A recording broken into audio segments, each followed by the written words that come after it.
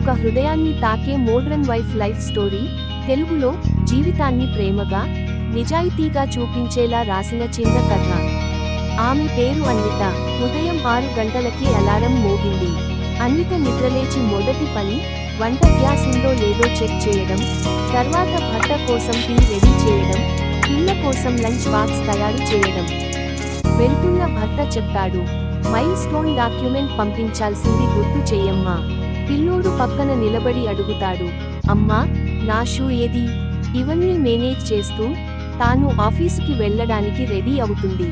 ఆఫీస్లో team meet, tasks, డెడ్లైన్లు. కానీ మైండ్లో ఎప్పుడూ ఇంటి పనులే. పిల్ల స్కూల్కి బస్సు రాగలదా? భర్త లంచ్ తిన్నాడా? ఇంటికి వచ్చాకనూ విశ్రాంతి లేదు. వంట, క్లీన్ అప్, హోంవర్క్, ఫ్యామిలీకి టైం. వాట్సాప్లో ఫ్రెండ్స్ సందేశాలు వస్తుంటాయి, లేడీస్ నైట్ ఈ వారం వస్తావా? ఆమె కేవలం స్మైలీ పెట్టి రిప్లై ఇస్తుంది. అయినా రాత్రి పూట భర్త చెవిలో నిద్రగా చెబుతాడు, నువ్వు లేకపోతే మా జీవితమే స్టక్ అయిపోతుంది. పిల్ల కౌగిలింత ఇస్తాడు, లవ్ యూ అమ్మా.